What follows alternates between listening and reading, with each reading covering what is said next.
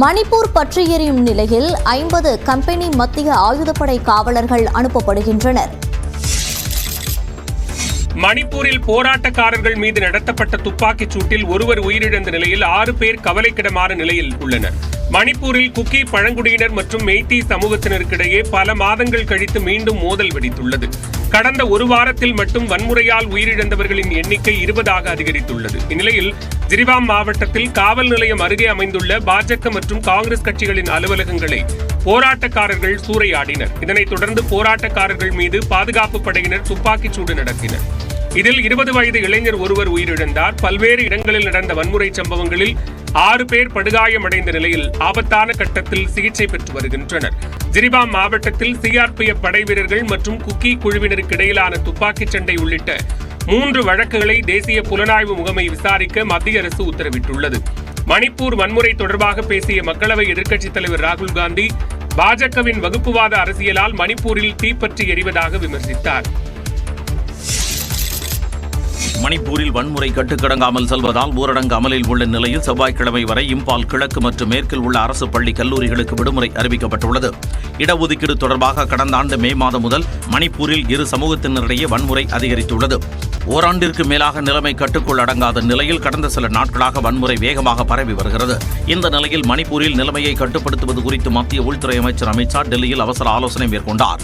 நிலைமையை கட்டுக்குள் கொண்டு வருவது குறித்து நடந்த ஆலோசனையில் 50 கம்பெனி மத்திய ஆயுதப்படை காவலர்கள் மணிப்பூருக்கு அனுப்பி வைக்க முடிவெடுக்கப்பட்டது. மணிப்பூரில் அமைதியை நிலைநாட்ட மத்திய படை வீரர்கள் மற்றும் மணிப்பூர் மாநில காவலர்கள் பணியை செய்யவும் மத்திய அமைச்சர் அமித் ஷா அதிகாரிகளுக்கு அறிவுறுத்தினார். தமிழ்நாட்டின் முன்னேற்றத்தை தண்டிப்பதைப் போல தற்போதைய வரி பகிர்வு முறை அமைந்துள்ளதாக முதலமைச்சர் மு.க.ஸ்டாலின் குற்றம் சாட்டியுள்ளார். மாநிலங்களுக்கான நிதி பகிர்வை 41 விழுக்காட்டில் இருந்து 50 விழுக்காடாக அதிகரிக்க வேண்டும் என்று 16வது நிதிக்குழுவிடம் முதலமைச்சர் மு.க.ஸ்டாலின் வலியுறுத்தியுள்ளார். மத்திய மாநில அரசுகளுக்கு இடையேயான நிதி பகிர்வு தொடர்பாக பரிந்துரைகள் வழங்க மத்திய அரசு சார்பில் அமைக்கப்பட்ட 16வது நிதிக்குழு தலைவரான அரவிந்த் பனகாரியா தலைமையிலான குழுவினர் சென்னை வந்தார். சென்னையில் உள்ள நட்சத்திர விடுதியில் முதலமைச்சர் மு.க.ஸ்டாலின் அமைச்சர்கள் உயர் அதிகாரிகளுடன் மத்திய நிதிக்குழுவினர் ஆலோசனை நடத்தினர். அப்போது பேசிய முதலமைச்சர் கடந்த 4 ஆண்டுகளில் மத்திய அரசின் மொத்த வரி வருவாயில் 33.16 விழுக்காடு மட்டுமே மாநிலங்களுக்கு பகிர்ந்து அளிக்கப்பட்டிருப்பதாக கூறினார். தமிழ்நாடு அரசின் சார்பாக நிதிக்குழுவின் பரிசீலனைக்கு வழங்கப்படவிருக்க விரிவான அறிக்கையினை கவனத்துடன் பரிசீலித்து கடந்த காலங்களில் பல்வேறு நிதிக்குழுக்களின் பரிந்துரைகளினால் தமிழ்நாட்டுக்கு இழைக்கப்பட்ட அநீதிகளுக்கு உரிய தீர்வை 16வது நிதிக்குழு வழங்கும் என்று உறுதியாக நம்புகிறோம். ஒன்றிய வருவாயில் மாநிலங்களுக்கான வரி பகிர்வின் பங்கு 50 விழுக்காடு உயர்த்தப்படுவதுதான் முறையானதாகவும் அனைவருக்கும் ஏற்புடையதாகவும் இருக்கும். தமிழ்நாட்டின் முன்னேற்றத்தை தண்டிப்பதைப் போல தற்போதைய வரி பகிர்வு முறை அமைந்துள்ளதாகவும் முதலமைச்சர் குற்றம் சாட்டினார். 16வது நிதிக்குழுவுக்கு தமிழ்நாடு அரசு பல்வேறு முக்கிய பரிந்துரைகளை அளித்துள்ளது. அதன்படி மத்திய அரசால் பகிர்ந்து அளிக்கப்படும் நிதியில் இருந்து குறைந்தபட்சமாக 50% மாநிலங்களுக்கு வழங்க வேண்டும் எனவும் மேல்வரி மற்றும் கூடுதல் வரிகள் 10% மிகாமல் இருக்க வேண்டும் எனவும் தெரிவிக்கப்பட்டுள்ளது. மாநில அரசு நலத்திட்டங்களில் 75% பங்களிப்பை மத்திய அரசு வழங்க வேண்டும் எனவும் தெரிவிக்கப்பட்டுள்ளது. மக்கள் தொகை செயல்திறன், பொருளாதாரத்திற்கான பங்களிப்பு மற்றும் நகரமயமாக்கலுக்கான பங்கு ஆகியவற்றின் அடிப்படையில் நிதி பகிர்ந்தளிப்பு வரைமுறைகள் பரிந்துரைக்கப்பட வேண்டும் எனவும் தமிழ்நாடு அரசு கூறியுள்ளது. மாநில பேரிடர் மேலாண்மை நிதியினை 50% உயர்த்தி 90க்கு 10 என்ற அளவில் நிதி பங்கீட்டில் வழங்க வேண்டும் என்றும், நகர்ப்புற வெள்ள பாதிப்புக்கு 2500 கோடி, வறட்சி நிவாரணத்திற்கு 2000 கோடி, கடலோர மேலாண்மைக்கு 1000 கோடி ஒதுக்கீடு செய்ய வேண்டும் எனவும் தமிழ்நாடு அரசு பரிந்துரை செய்துள்ளது.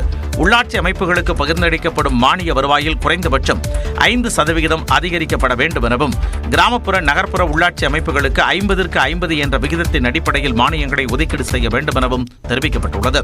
உள்ளாட்சி அமைப்புகளுக்கு இடையேயான நிதி பகிர்வானது மாநிலங்களால் தீர்மானிக்கப்பட வேண்டும் எனவும் தமிழ்நாடு அரசு பரிந்துரைத்துள்ளது. தஞ்சாவூரில் பெய்த கனமழையால் நெல்வயல்கள் நீரில் மூழ்கியதால் விவசாயிகள் வேதனை அடைந்துள்ளனர்.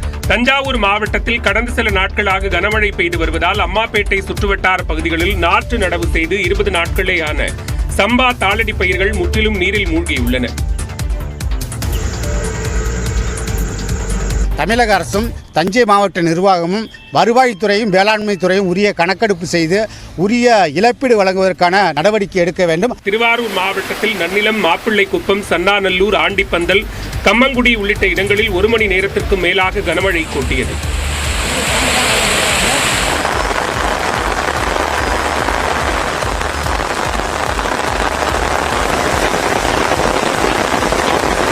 மயிலாடுதுறை மாவட்டத்தில் சீர்காழி வைத்தீஸ்வரன் கோயில், கொள்ளிடம் உள்ளிட்ட பகுதிகளில் விட்டுவிட்டு கனமழை பெய்தது. சீர்காழியில் எஸ்கே நகர், அபிராமி நகர் உள்ளிட்ட பகுதிகளில் குடியிருப்புகளை சுற்றி தண்ணீர் சூழ்ந்ததால் மக்கள் கடும் அவதிக்கு உள்ளாகினர்.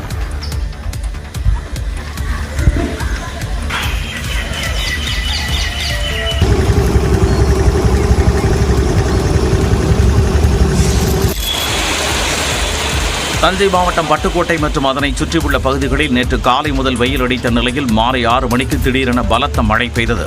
இதைத் தொடர்ந்து 2 மணி நேரம் பெய்த மழையால் பேருந்து நிலையம், மணிக்கூண்டு உள்ளிட்ட பல பகுதிகளில் நீர் தேங்கியது.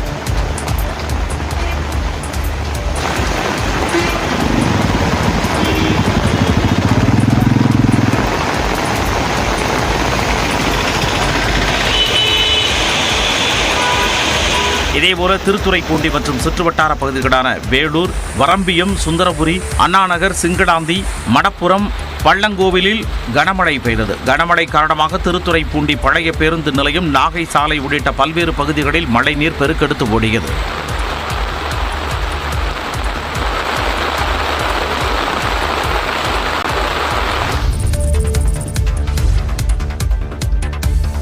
தமிழ்நாட்டில் இன்று 10 மாவட்டங்களில் கனமழை பெய்யும் என சென்னை வானிலை ஆய்வு மையம் கணித்துள்ளது. குமரிக்கடல் மற்றும் அதை ஒட்டிய பகுதிகளின் மேல் ஒரு வளிமண்டல சுழற்சி காணப்படுகிறது. இதனால் தமிழ்நாட்டில் மயிலாடுதுறை, திருவாரூர், நாகை, தஞ்சை, புதுக்கோட்டை, சிவகங்கை மாவட்டத்தில் ஓரிரு இடங்களில் கனமழை பெய்யும் என சென்னை வானிலை ஆய்வு மையம் கணித்துள்ளது. இதேபோல ராமநாதபுரம், தூத்துக்குடி, திருநெல்வேலி, கன்னியாகுமரி ஆகிய தென் மாவட்டங்களிலும் கனமழைக்கு வாய்ப்பிருப்பதாக கூறப்பட்டுள்ளது. சென்னையை பொறுத்தவரையில் மேகமூட்டமாக இருக்கும் என்றும் ஓரிரு இடங்களில் இடி மின்னலுடன் மழை பெய்ய வாய்ப்பிருப்பதாகவும் கணிக்கப்பட்டுள்ளது. டெல்லியில் காற்று மாசு மிக மோசமான நிலையை எட்டியுள்ளது. டெல்லியில் காற்று மாசு மிகவும் மோசமான நிலையை கடந்துவிட்டதால் மிகவும் உச்சபட்ச கட்டுப்பாட்டான கிராப்-4 செயல் திட்டம் அமல்படுத்தப்பட்டது. இதன் மூலம் அத்தியாவசிய பொருட்களை எடுத்து வரும் மற்றும் சேவைகளுக்கான வாகனங்களை தவிர மற்ற சரக்கு வாகனங்கள் டெல்லிக்குள் நுழைய தடை விதிக்கப்பட்டுள்ளது. டெல்லிக்கு வெளியே பதிவு செய்யப்பட்ட மின்சார வாகனங்கள், சிஎன்ஜி, டீசல் வாகனங்களை தவிர மற்ற இலகுரக வர்த்தக வாகனங்கள் டெல்லிக்குள் நுழைய தடை விதிக்கப்பட்டுள்ளது. முன்னதாக 10 மற்றும் 12ஆம் வகுப்புகளை தவிர மற்ற அனைத்து வகுப்புகளுக்கும் ஆன்லைன் மூலம் மட்டுமே பாடம் நடத்தப்படும் என அறிவிக்கப்பட்டிருந்த நிலையில் உச்சநீதிமன்ற அறிவுறுத்தலை தொடர்ந்து 10 மற்றும் 12ஆம் வகுப்பு மாணவர்களுக்கும் இன்று முதல் ஆன்லைனில் வகுப்புகள் நடத்தப்படும் என்று டெல்லி அரசு அறிவித்தது. ஆனால் மாணவர்களுக்கு ஆன்லைன் வகுப்புகளை நடத்த ஆசிரியர்கள் பள்ளிகளுக்கு வருமாறு நிர்வாகம் வற்புறுத்துவதாக பள்ளி ஆசிரியர்கள் சங்கம் குற்றம் சாட்டியது. இதனிடையே டெல்லி பல்கலைக்கழகம் நவம்பர் 23ஆம் தேதி சனிக்கிழமை வரை ஆன்லைனில் வகுப்புகளை நடத்துவதாகவும் நவம்பர் 25ஆம் தேதி உடற்கல்வி வகுப்புகளை மீண்டும் தொடங்குவதாகவும் அறிவித்துள்ளது. அடுத்த 3 முதல் 4 நாட்களுக்கு வட இந்தியாவின் பல்வேறு பகுதிகளில் அடர்த்தியான மூடுபனி ஏற்படும் என இந்திய வானிலை ஆய்வு மையம் கணித்துள்ளது. இதனால் டெல்லியில் தற்போதைய நிலை மேலும் தீவிரமடையலாம் என்று கூறப்படும் நிலையில் முகக்கவசம் அணிய அறிவுறுத்தப்பட்டுள்ளது. இந்நிலையில் குழந்தைகள், முதியவர்கள் காற்று மாசுபாட்டால் மிகவும் பாதிக்கப்படக்கூடியவர்களாக இருப்பதாகவும் கர்ப்பிணிகளுக்கு ஏற்படும் பாதிப்பால் குறைப்பிரசவம் மற்றும் குழந்தைகளின் எடை குறைந்த பிறப்புக்கு வழிவகுக்கும் என்றும் டெல்லி ராம் மனோகர் லோகியா மருத்துவமனையின் மருத்துவர் கவலை தெரிவித்தார். So pregnancy, it can have disastrous effect. It can lead to premature babies, premature deliveries. It can lead to low birth weight in the babies. These are the main disastrous effects it can have on pregnant ladies. டெல்லியில் சுவாசிப்பதால் ஏற்படும் பாதிப்பு என்பது ஒரு நாளைக்கு ஒருவர் 30 சிகரெட்டுகளை புகைப்பதற்கு சமம் என்று ஆய்வாளர்கள் சுட்டிக்காட்டுகின்றனர். இதனால் சுவாச கோளாறு, கண் எரிச்சல், மூச்சு திணறல் உள்ளிட்ட பிரச்சனைகளால் பொதுமக்கள் அவதியடைகின்றனர். டெல்லியில் காற்று மாசு குறைவதற்கான கிராப்-4 செயல் திட்டத்தின் கீழ் எடுக்கப்பட்டுள்ள கடுமையான நடவடிக்கைகளை முன் அனுமதியின்றி குறைக்கக்கூடாது என்று உச்சநீதிமன்றம் திட்டவட்டமாக தெரிவித்துள்ளது.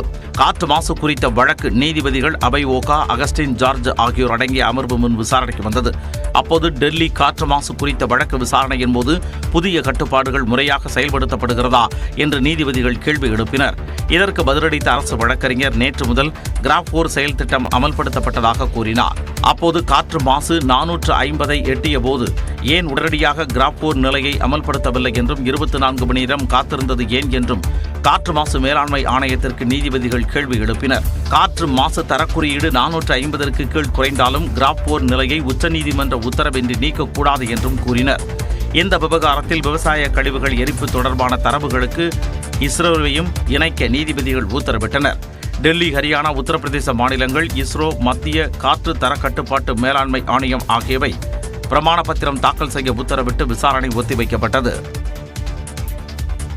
அதிமுகவுடன் கூட்டணி என வரும் செய்திகள் ஆதாரமற்றவை என தவேக தெரிவித்துள்ளது. அதிமுகவுடன் கூட்டணி அமைப்பதாக வெளியாகக்கூடிய செய்தி முற்றிலும் தவறானது என்று தமிழக வெற்றிக் கழகம் விளக்கம் அளித்துள்ளது. தமிழக வெற்றிக் கழகத்தின் பொதுச் செயலாளர் ஆனந்த் வெளியிட்டக்கூடிய அறிக்கையில், விஜயின் வழிகாட்டுதல் படி 2026 சட்டமன்ற தேர்தலில் பெரும்பான்மை பலத்துடன் வெற்றி பெற்று ஆட்சி அமைப்பதற்கான அனைத்து வியூகங்களையும் வகுத்து தேர்தலை சந்திக்க தயாராகி வருவதாக தெரிவிக்கப்பட்டுள்ளது. சட்டமன்ற தேர்தலில் ஆட்சி மாற்றத்திற்கான முதன்மை சக்தியாக தமிழ்நாட்டு மக்களின் ஏகோபித்த வரவேற்பையும் ஆதரவையும் பெற்று தமிழக வெற்றிக் கழகம் அடைந்து வரக்கூடிய எழுச்சியை மடைமாற்றம் செய்யக்கூடிய உள்நோக்கத்தோடு அடிப்படை ஆதாரமற்ற செய்திகள் பரப்பப்படுவதாக குற்றம் சாட்டப்பட்டுள்ளது. அதிமுகவுடன் தமிழக வெற்றிக் கழகம் கூட்டணி என்று தொடர்பு படுத்தி நாளிதழ் ஒன்று உண்மைக்கு முற்றிலும் புறம்பான தகவலை கொண்டு செய்தி வெளியிட்டிருப்பதாகவும், இந்த செய்தி முற்றிலும் தவறானது என்றும் அடிப்படை ஆதாரமற்றது என்றும் தெரிவிக்கப்பட்டுள்ளது. தமிழக வெற்றிக் கழகத்தை தொடர்பு படுத்தி பரப்பப்படக்கூடிய இதுபோன்ற பொய் செய்திகளை தமிழக மக்கள் புறக்கணித்து விடுவார்கள் என்றும், பெரும்பான்மை வென்று தமிழ்நாட்டு மக்களின் நலனுக்கான நல்லரசை அமைப்பதே தமிழக வெற்றிக் கழகத்தின் குறிக்கோள் என்றும் ஆனந்த் தெரிவித்துள்ளார். மற்ற கட்சிகள் குறித்தும் அவர்கள் கூட்டணி குறித்தும் தன்னிடம் கேட்க வேண்டாம் என்று நாம் தமிழர் கட்சி ஒருங்கிணைப்பாளர் சீமான் தெரிவித்துள்ளார். திருச்சியில் செய்தியாளர்களிடம் பேசிய அவர், அதிமுகவுடன் விஜயின் தவேக கூட்டணி இல்லை என்ற கேள்விக்கு கரகாட்டக்காரன் பட காமெடியை கூறி கிண்டலாக பதிலளித்தார். அதை நீங்க என்னட்ட கேட்கணும், என்ன செய்யணும்? அவரோட போறாரு, இவரோட போறாரு அப்படின்னா, இந்த காரை அன்னைக்கு அவன் வச்சிருந்தா கரகாட்டத்தில் வரல, இப்ப யார் வச்சிருக்காங்கிறதெல்லாம் அந்த நகைச்சுவையெல்லாம் நான் செஞ்சுக்கிட்டு இருக்க தயாராக. திமுகவும் பாஜகவும் நேரடியான கூட்டணியில் இருப்பதாகவும் சீமான் விமர்சித்தார். நீங்க அம்மையார் ஜெயலலிதாவுக்கு வெளியிட்டீங்க கூட்டணியில் இருக்கும்போது, ஆனா பாரதிய ஜனதா வரல. கூட்டணியில் இருக்கும்போதே வரல. நாங்க கூட்டணியில் இல்ல, ஆனால் எங்களுக்காக ராஜ்நாத் சிங் வெளியிடுறாங்க, அந்த அரசை வெளியிடுது எங்க அப்பாவுக்கு காசு அப்படின்னு. இதுல இருந்து தெரிஞ்சுக்கங்க, கூட்டணி வைத்திருந்தும் வரல பிஜேபி, கூட்டணி வைக்காமலே வருது திமுகவுக்கு. கூட்டணி என்பது தற்கொலைக்கு சமமானது எனவும் 2026 தேர்தலிலும் தனித்துதான் போட்டி எனவும் சீமான் தெரிவித்தார். சில்வர் பேப்பர் மற்றும் பிளாஸ்டிக் கவர்களில் உணவு பார்சல் செய்தால் கடையின் உரிமம் ரத்து செய்யப்படும் என உணவு பாதுகாப்புத்துறை எச்சரிக்கை விடுத்துள்ளது. உணவு பாதுகாப்புத்துறை சட்டத்தின்படி பார்சல் உணவுகளை பிளாஸ்டிக் மற்றும் சில்வர் கவரில் பயன்படுத்த தடை விதிக்கப்பட்டுள்ளது.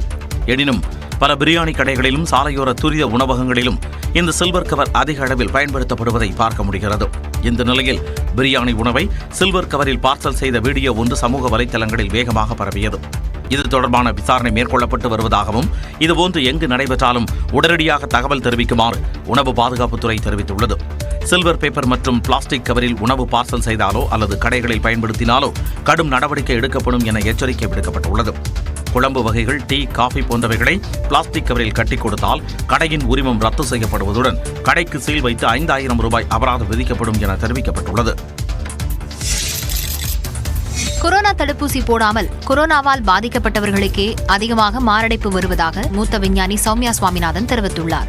சென்னை கிண்டியில் உள்ள அண்ணா பல்கலைக்கழக வளாகத்தில் நடைபெற்ற நிகழ்ச்சி ஒன்றில் கலந்து கொண்டு பேசிய அவர், கொரோனா காலத்தில் அதிகளவு ஆன்டிபயோட்டிக் மருந்துகளை பயன்படுத்தியதால் பலருக்கு கரும்பூஞ்சை நோய் ஏற்பட்டதாக தெரிவித்தார். தொடர்ந்து செய்தியாளர்களிடம் பேசிய அவர், கொரோனா தடுப்பூசி போடாமல் கோவிட் தொற்றால் பாதிக்கப்பட்டவர்களுக்கு அதிக அளவில் மாரடைப்பு வந்துள்ளதாகவும் கூறினார். பட் ஆக்சுவல் ஃபேக்ட் என்னன்னா, கரோனா வந்தவங்களுக்கு ஹார்ட் அட்டாக் வரத்துக்கோ, டயபெட்டிஸ் வரத்துக்கோ, இந்த மாதிரி ஸ்ட்ரோக் வரத்துக்கோ வாய்ப்பு ரொம்ப அதிகம். ஏன்னா அந்த வைரஸ் நிறைய உள்ள டேமேஜ் பண்ணிட்டு இருக்கு வந்தவங்களுக்கு. அதுவும் 2-3 தூரம் வந்திருந்தா இன்னும் கொஞ்சம் டேஞ்சர் அது. ஸோ அது ஜனங்க என்ன நினைக்கிறாங்க, ஏன்னா அந்த ஊசி போட்டு தான் அவங்கள நினைவு இருக்கு. ஸோ வேக்சின் போட்டதுனால இப்படி ஆயிருக்குமோ அப்படின்னு நினைக்கிறாங்க. பட் ஆக்சுவல் ஃபேக்ட் என்னன்னா, அந்த கரோனா வந்ததுனால அந்த ரிஸ்க் அதிகமாயிருக்கு. கொரோனாவுக்கு போடப்பட்ட தடுப்பூசியில் 100% பக்க விளைவுகள் இல்லை என கூற முடியாது எனவும் சௌமியா சுவாமிநாதன் தெரிவித்தார்.